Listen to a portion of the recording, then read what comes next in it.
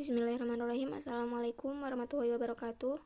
Perkenalkan, nama saya Indah Fitriana, mahasiswi Prodi PGMI semester 5, akan mereview manajemen tenaga pendidik dan kependidikan.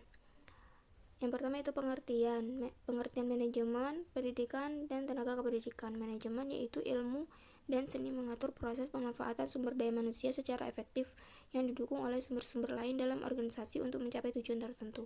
Kemudian pendidik berasal dari kata didik yang berarti memelihara dan memberi latihan atau ajaran, tuntunan, pimpinan mengenai akhlak dan kecerdasan pikiran. Kemudian kata didik ditambahi olanpa menjadi kata pendidik yang berarti orang yang mendidik. Kemudian tenaga kependidikan merupakan tenaga yang bertugas merencanakan dan melaksanakan administrasi, pengelolaan, pengembangan, pengawasan, dan pelayanan teknis untuk menunjang proses pendidikan pada satuan pendidikan. Ada beberapa hal yang dibicarakan dalam manajemen tenaga pendidik dan kependidikan, antara lain perencanaan, perekrutan, pembinaan dan pengembangan, promosi dan mutasi, penilaian prestasi kerja.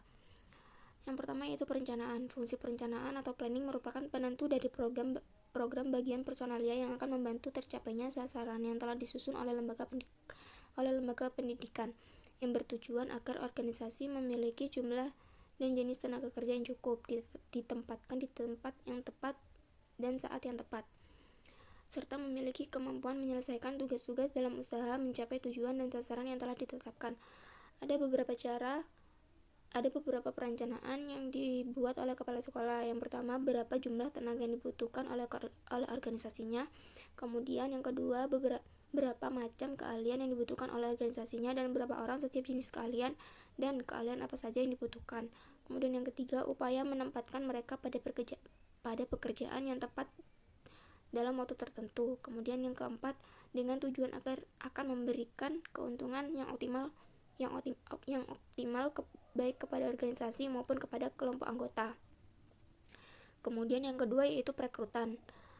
Langkah-langkahnya yaitu yang pertama, inventarisasi ketenagaan, yaitu usaha untuk memperoleh gambaran secara menyeluruh jumlah guru dalam waktu tertentu.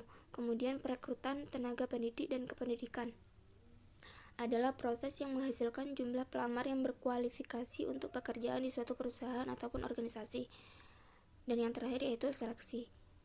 Berbagai langkah spesifik yang diambil untuk memutuskan pelamar mana yang akan diterima dan pelamar mana yang akan ditolak. Langkah-langkah perekrutan tenaga pendidik dan kependidikan ini bisa melalui tes lisan, tulisan, interview atau wawancara. Yang ketiga, pembinaan dan pengembangan. Pembinaan adalah sebuah program untuk membina sumber daya manusia baik administrasi maupun edukatif di lingkungan lembaga kependidikan. Pembinaan lebih berorientasi pada pencapaian standar minimal, yaitu diarahkan untuk dapat melakukan pekerjaan atau tugasnya sebaik mungkin dan menghindari pelanggaran. Kemudian pengembangan lebih berorientasi pada pengembangan karir para pegawai, termasuk upaya manajer untuk memfasilitasi mereka supaya bisa mencapai jabatan atau status yang lebih tinggi lagi. Salah satu bentuk program pengembangan tenaga pendidik dan kependidikan adalah melalui program pelatihan dan pendidikan.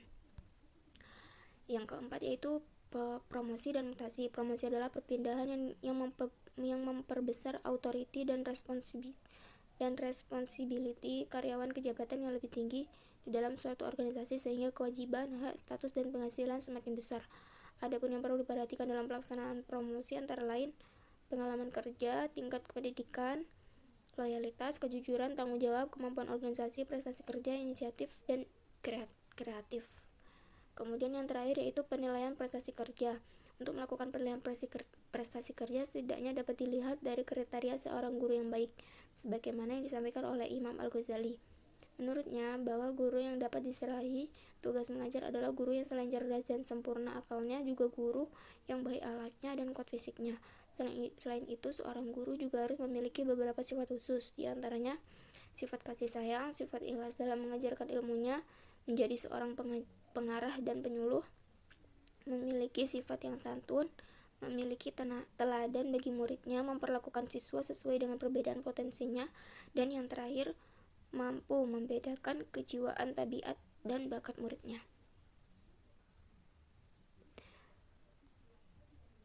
Sekian dan terima kasih. Mohon maaf bila ada kesalahan. Wassalamualaikum warahmatullahi wabarakatuh.